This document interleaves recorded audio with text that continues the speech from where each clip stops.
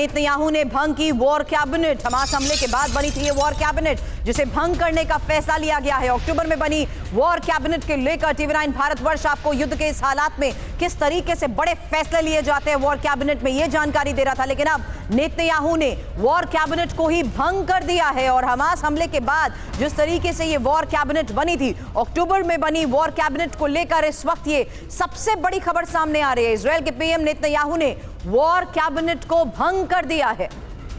मनीष इस वक्त मेरे सहयोगी मेरे साथ है। मनीष, क्यों लिया गया ये फैसला?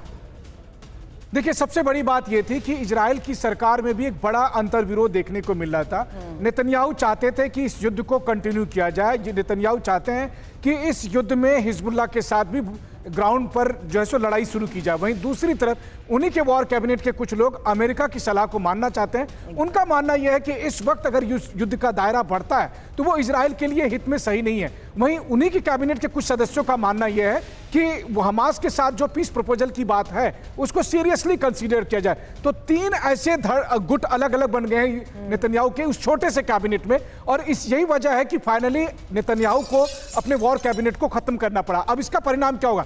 इसका परिणाम यह होगा कि या तो फिर अचानक अगर कोई नए वॉर कैबिनेट की दखल की गुंजाइश होती है तो वो बनाए जाए, या फिर चुनाव कराए जाए। और चुनाव कराने का मतलब यह है कि नेतन्याहू को जवाबदेही अपने ऊपर लेनी पड़ेगी, जो नेतन्याहू के लिए चाहिए नहीं था। तो कुल मिलाकर देखा जाए तो नेतन्याहू की स्थिति कमजोर होगी, और कमजोर होने का फायदा यह होगा कि यह युद्ध में जो अभी इजरायल की पोजीशन है वो भी यहां पर दिखाई देगी। शुक्रिया मनीष, पूरी जानकारी के लिए आपका।